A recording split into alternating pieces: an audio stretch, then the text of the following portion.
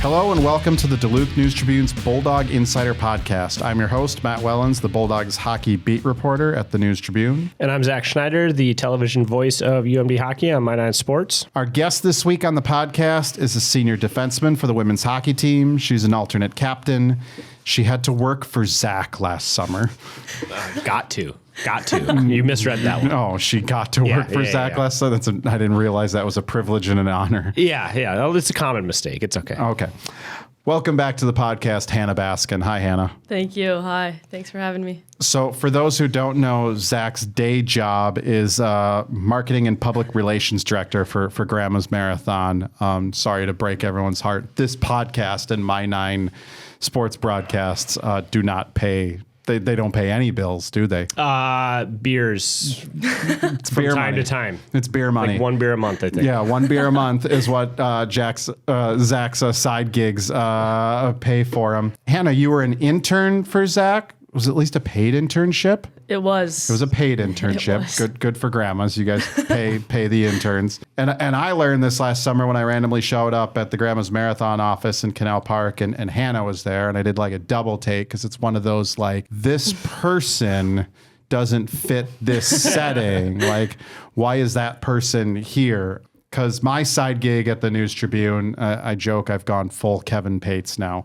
In my time here, I'm the lead reporter for Grandma's Marathon, despite my complete lack of a background at all of a running. Zach, you don't have a running background, do you? No. 'Cause you played soccer, but you were a goalie. Yeah, I mean, so you didn't even run in soccer. I tried to run as little as possible. Yeah. No, I mean, other than being an athlete, I think, athletes all have a running background, but I competed in track in like 8th grade, I think was the last true running experience that I had. I got second in a 4x400 meter relay. There were 2 teams. That's my one ribbon, I think, from that year. So pretty proud of that Still one. a ribbon. Yeah. Still a ribbon. Hanna, have you ever considered yourself a runner at all? Well, we've been through a bit of your athletic background before on this podcast, hockey, lacrosse. Ever consider yourself a runner? Never. Not once. I actually hated running. Like, it was my least favorite part of lacrosse, was the running. Was the running portion of it? Yeah.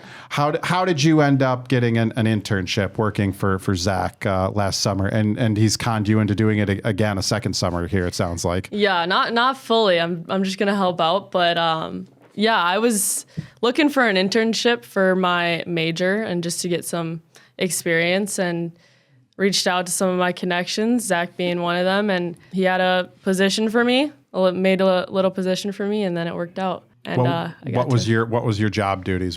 What's your major, first of all? Consumer insights and analytics and marketing. Okay. Yeah. And so then basically business analytics. Business analytics to simplify it down. Yep. So what were all the things Zach had you do? I hope you weren't just like running back and forth to Caribou for coffee for him or something like that. No.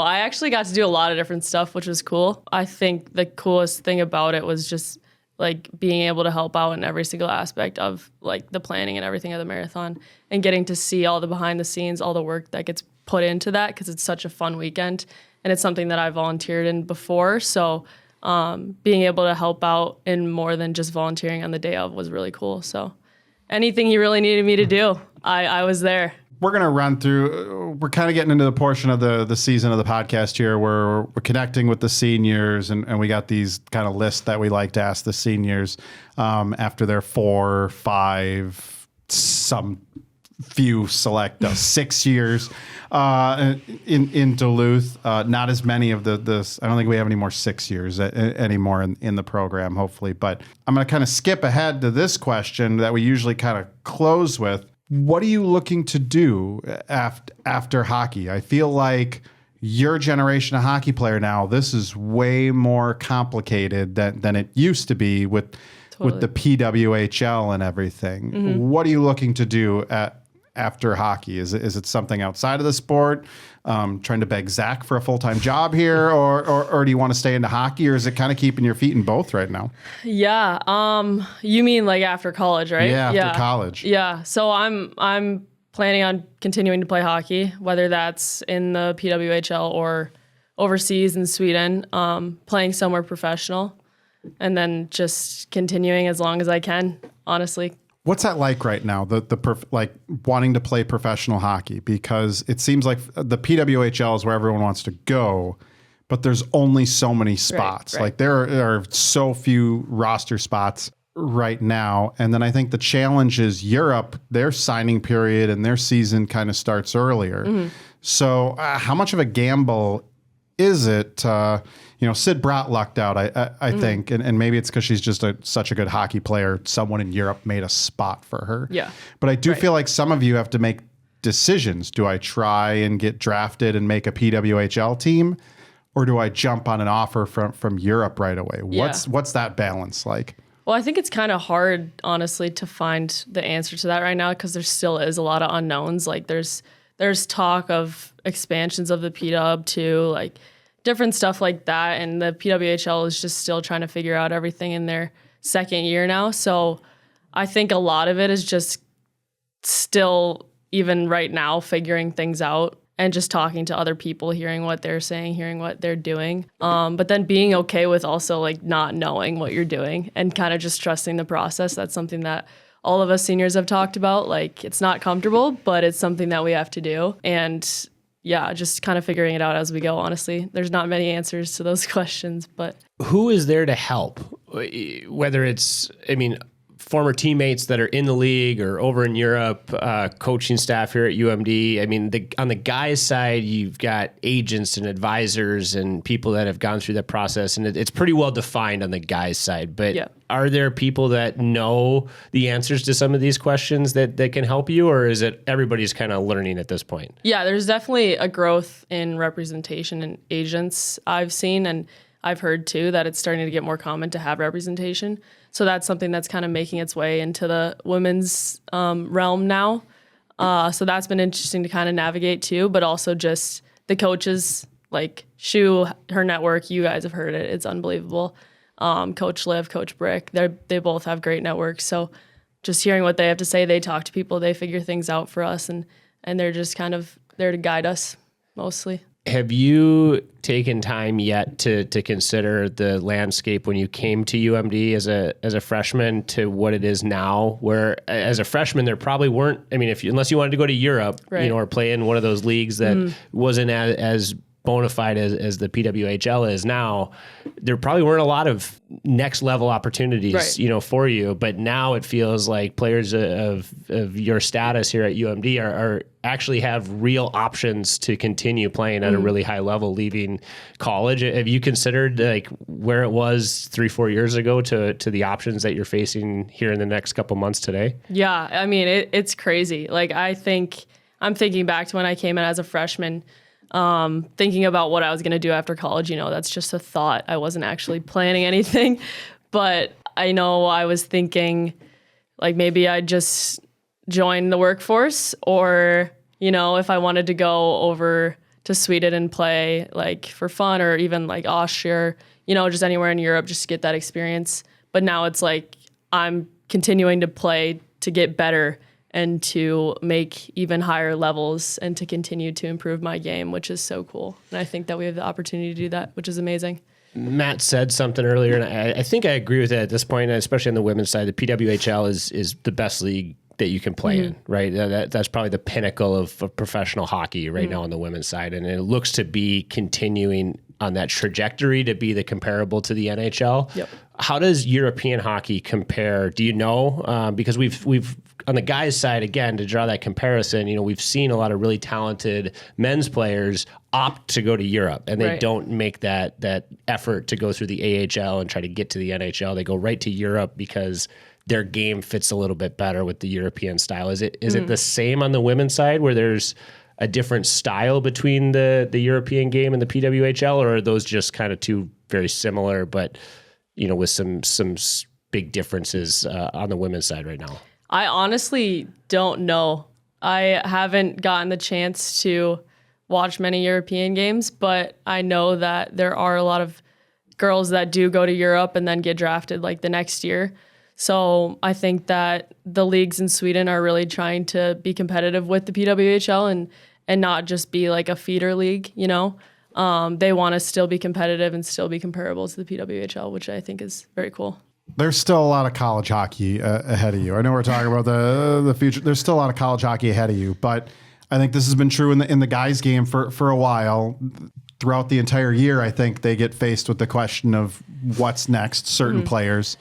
How much of that is now creeping into the women's game? Are you guys at a point where, like, we're asking these questions now, but I think I remember Maura Kroll mentioning that she's started sitting down with seniors, mid-season saying, hey, you need to start thinking about your professional options here. As much as I'm sure it pained her to do that, she wanted you focused on the college season, but she's also looking out for players, best interests in the future and everything. How much have you guys had to start looking ahead to your pro career during the college season? Or maybe are you able to kind of put that off right now? Yeah, we kind of started talking about it a little bit more when we came back from Christmas break. Our assistant coach Liv sat down with all of us and just kind of talked about what she knows and talked a little bit about representation and all of that jazz. But like most of the time, our coaches are just telling us to continue to keep playing our game, stop focusing on what's next, stop worrying about what's next, because everything's going to fall into place. And people are always watching, so the best thing you can do is just continue to play your game every time you get to step on the ice. If you weren't going to play hockey or whenever your hockey career comes to an end, what is it that you want to do outside of hockey? Yeah, I want to continue in the sports world, wherever that is. Could be Grandma's Marathon, you never know. But I think it would be really cool to continue in hockey specifically, and whether that's as a business analyst, on the business side of things and doing stuff for marketing or whatever, or even being a coach. I've always enjoyed coaching. I coach lacrosse, so I think it would be very fun to make an impact in that side too. You could work at Grandma's Marathon and then be an analyst for the women's games on TV. True. You could really just I could really just come back. Yeah, just dive right into it. Never close the yearbook. Yeah, we'll walk across the street together for women's games, and it'll be great. That'd be great. Zach just recruiting Hanna here to just stick around. Yeah. Did you, when you got to Duluth, did you see yourself becoming such a big part of this community like you have? You're working with Zach on Grandma's Marathon. You're involved in so many other things as well. We did that story about, working with Food Forward Duluth and Student Athlete Advisory Committee and everything. What inspired you to become so active here in Duluth? You're not a Duluth native or anything. You're from the Twin Cities. How did it all come about that you became so ingrained in this community over your 4 years? Yeah, I actually talk about this with my parents a lot because, in the recruiting process as a high schooler, you're not really thinking about much else than hockey. So obviously I knew coming here I was going to go to a legacy program and become part of this amazing group of talented women who are unbelievable hockey players. But I think the part of it that not everyone gets to see is how amazing the people are. And I think that was the biggest thing coming here. I just met so many amazing people, and my teammates and my coaches and everything, they just create this atmosphere that encourages you to get involved in the community. And I think too, like I said, the people I surround myself with, we all like to get involved. Clara is a big factor in that, and we like to do a lot together. So seeing the community and knowing that we can be a part of it, Rogie too, roping me into coaching and all that. But just knowing that we can make that impact, seeing that we can make that impact, and then seeing how happy everyone is when we do get involved is really rewarding. And I think it's so special, and it's a special part of UMD that not everyone gets to see. Is that an unspoken thing when you get here, or is that talked about from the leaders? Are you talking to the younger players now about this is what we want the program to be about, more so than just the wins and losses and the results as a hockey team? Does that have to be talked about, or do they just see you and the ones that want to will follow suit, or is it more direct than that from the older players to the younger? I would say now it's more lead by example, and they've kind of follow us. We're not oh, you have to go do this volunteering. We encourage it, and we see it and explain it as an opportunity to get involved and to use our voices as student athletes and as pillars of the community. And they see that too. And then when they come and help us out at these volunteering events or whatever we're doing, they see the things that we do, and they want to be involved, like they get that itch that we got when we came here, and they want to continue to do what we're doing, it's cool to see. And I think it'll continue on as a part of our culture for a long time here. Outside of hockey, what have been some of your favorite organizations that you've gotten to work with besides Grandma's Marathon? I was going to say there's only one right answer. We know Grandma's Marathon and working for Zach, honor of a lifetime here. Yes. What other organizations and groups and such have you been involved in? For people that don't know, and you can go back and listen to the first time we had Hanna on the podcast, her and Rogie, and who else was involved? Kylie Hanley, Abby Johnson, coaching lacrosse. There's an old feature you can Google on the News Tribune about that. What are some of the things that been the most fun, and even maybe like the most surprising? Like, wow, I never saw myself getting involved in this. Well, the lacrosse thing was actually very interesting. I'd say that was, other than Grandma's, probably the most fun, because I graduated from high school, obviously played lacrosse, and didn't know if I'd ever, continue to have that in my life. So then after my freshman year, when the opportunity came to coach youth in Duluth, coach lacrosse, I was like, heck yeah, I'm in. And that was so fun. And that was a big learning experience for me too, because I'd never had that big of a role. They handed me the head coaching position of a U8 team, and I had never done that before. And it challenged me. It challenged my leadership, which was really cool and very beneficial. And then the next year too, I got involved with the high school program, which is even more amazing. And getting to hang out with all those girls and get to know them, it was so fun. We made some really good relationships. And then also more recently, we actually volunteered with 7 Stars Ranch, and that has been super fun and rewarding. As a team, they really emphasize the bonding aspect of volunteering. And not just, obviously we're going to help them out, but also what it can do for us as a team, it's really cool, and it's always a rewarding experience for us. 7 Stars Ranch, tell us about that. I'm assuming there's an Ashton Bell connection. There actually isn't. It was this year. Okay. I just assumed Ranch, Ashton Bell. Yeah. Go on, 7 Stars Ranch. So yeah, they're a organization that helps with veterans, I believe, and they give them opportunities to come and work with the horses, and horses are just like such a spiritual animal, which is really cool, and not many people know that because they're just big and scary sometimes. But they brought us in to help out with their stables, cleaning and different things like that, and then also just to interact with the horses, and they kind of showed us what they do too, which is cool. There was a trust thing that they did with lifting up the horses' hooves and stuff, so that was awesome. And we've gone there twice now, and they're just amazing people too. So it's always fun when we go there. This is one of those things that, when we talk about being a UMD hockey player, you talked about it when you're 16, 17 years old. Maybe these are the things you don't think about. Mm-hmm. And there's a lot of good, obviously, that comes with playing hockey at UMD. But these two programs, there's a lot that's said about them. There's a lot of expectations. There's a lot of community pride in how you play hockey. Mm-hmm. But one moment stood out to me after Saturday's game against Wisconsin. You had an autograph session scheduled for after that game. And you played really, really well that weekend. I don't want to take away from that. But 2 heartbreaking losses against the Badgers.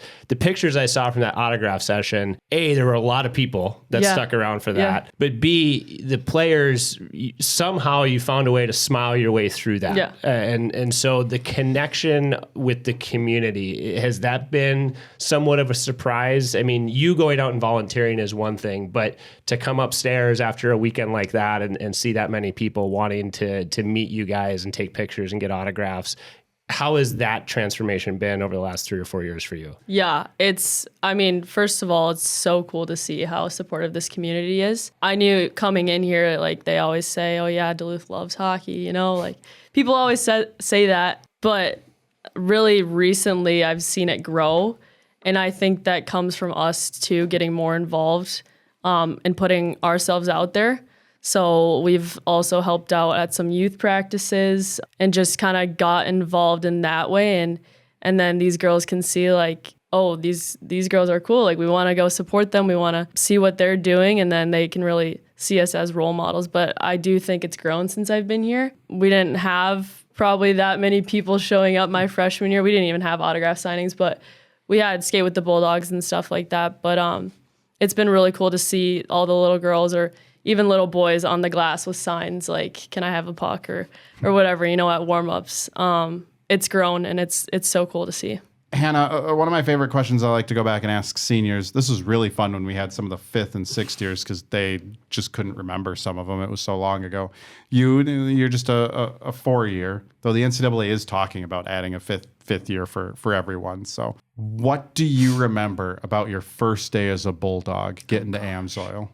That's actually funny because I remember it pretty vividly. I remember we had the morning slot, so we practiced in the morning. And we used to do this conditioning test. It was 2 miles on the assault bike. And we didn't do our conditioning testing until the next week. But we walk into the gym on the first day, and on the whiteboard, it's written freshman 2 mile. It was 2 mile assault freshman only or something like that. And I was just like, oh my gosh, uh-oh. So then we had to all get on the assault bike while everyone else watched us, and had to do the assault bike in front of everyone. And it went fine, but it was just a major anxiety stress moment. And it wasn't that fun. But then honestly, I don't remember much after that. I blacked out the rest of it. Terrible memory. Yeah.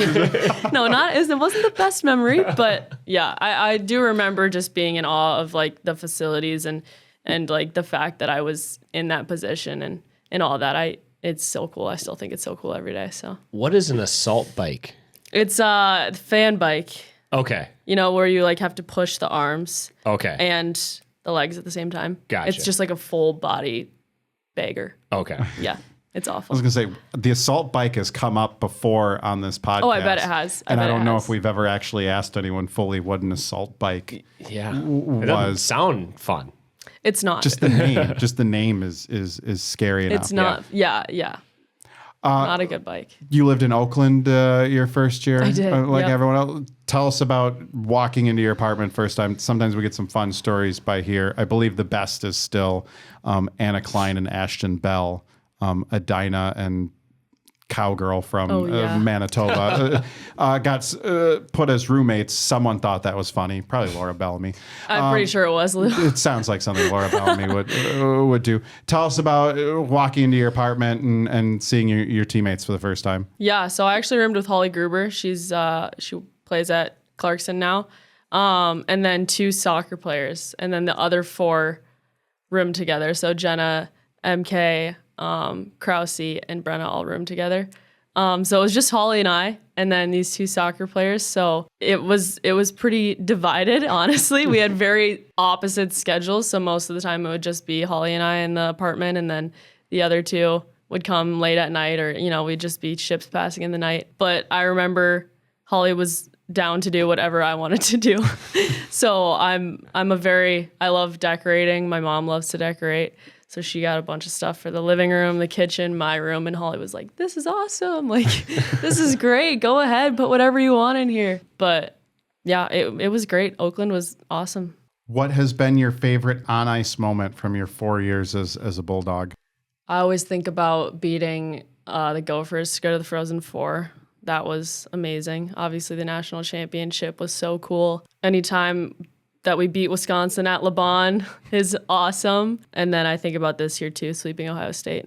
Unbelievable. So I was going to say, LeBon, you're probably one of the few seniors in the WCHA that can say, Bulldog seniors are probably some of the few that said, yeah, we have good memories from really good memories LeBon. For the most part. Yeah, you guys have done well at LeBon. What's your favorite off-ice moment from your time at UMD? I feel like there's so many I could say, but we always do. Clara has a cabin in Wisconsin, in Herbster, Wisconsin, which is on Superior still, just on the Wisconsin side. And we usually go there once or twice a year for a weekend to do some team bonding. We do different activities. The coaches came this year, so it was just a huge bonding moment, and it's always so much fun. We make a big meal together, and we just get to hang out, really learn about each other. It's great. So much fun.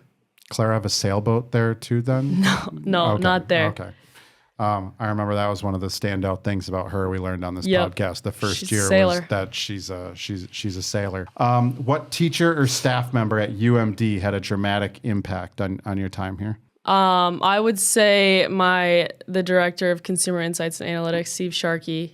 I remember when I was looking into majors my sophomore year, I was like, I don't really know what I want to do. Like, I do really want to challenge myself. And the consumer insights and analytics program is something that's unlike any other major. You really immerse yourself into it, and it's like this real world experience. So we worked with different businesses throughout the semester and actually worked with their data and got our hands on some real data, and then applied that as well and presented to business executives and got that experience, which is something that you wouldn't get anywhere else. So I remember when I was looking into the program and interviewing to get into it, I was nervous because I was like, I'm a hockey player and I'm really busy actually, but I really want to do this. And he was just so flexible, and he was like, I'd love to have you in the program. I'll support you in any way that I can. And throughout the year and a half that it's like a cohort, so we were with the same class, throughout that whole year and a half, he was just so supportive of everything that I had to do athletically. And then he would support me academically and help in any way he could. And then too, just push me to be a better student, challenged me academically, and really just transformed my academic career here, it was really cool. So you came to college, no idea what your major was, or did you have some sort of idea? Yeah, I knew it was going to be in business. Okay. But I didn't know what. I was thinking marketing, probably. Mm-hmm. And then I ended up finding that consumer insights and analytics major. And I know that women in STEM is so big right now. And then I also had the opportunity to add marketing to as a double major. So it worked out perfect. The math would have scared me off completely onto there, and you embraced it. Yes. Hannah did a lot of math for us. Yeah. And I haven't been able to use it since she left. Like, you haven't been able to use math? No, like what she left me, like I can't continue her work because it's too far above my head. Too far above your head? Okay. I need the next Hannah needs to pick it up where she left I was off. actually picturing you just being like looking at basic Hannah. Just no math at all? Yeah, no math at all. I can do 34 plus 38, Hannah. Can you I can do the basic stuff, but we wanted her to use her major, and so she brought me spreadsheets and had to like really dumb them down to explain them to me. And so it's all really useful stuff, but to use it again, that might be what we do this year on your like short-term contract. Yeah, I was gonna say if I'm bored, I'll just reach out to you. We'll keep you on a retainer. Yeah. I'm picturing that scene in The Office where Michael Scott is like, explain this to me if I'm 12 years old.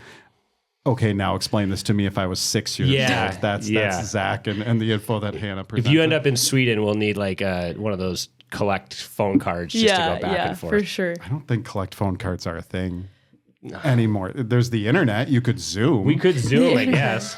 The time zones are tough though for me too. Time zones. Hannah's getting calls in the middle of the night asking to explain What's the something. spreadsheet? What time is it over there? What time is it over there? Oh. The marathon is soon.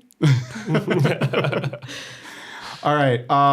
These are random questions I came up with.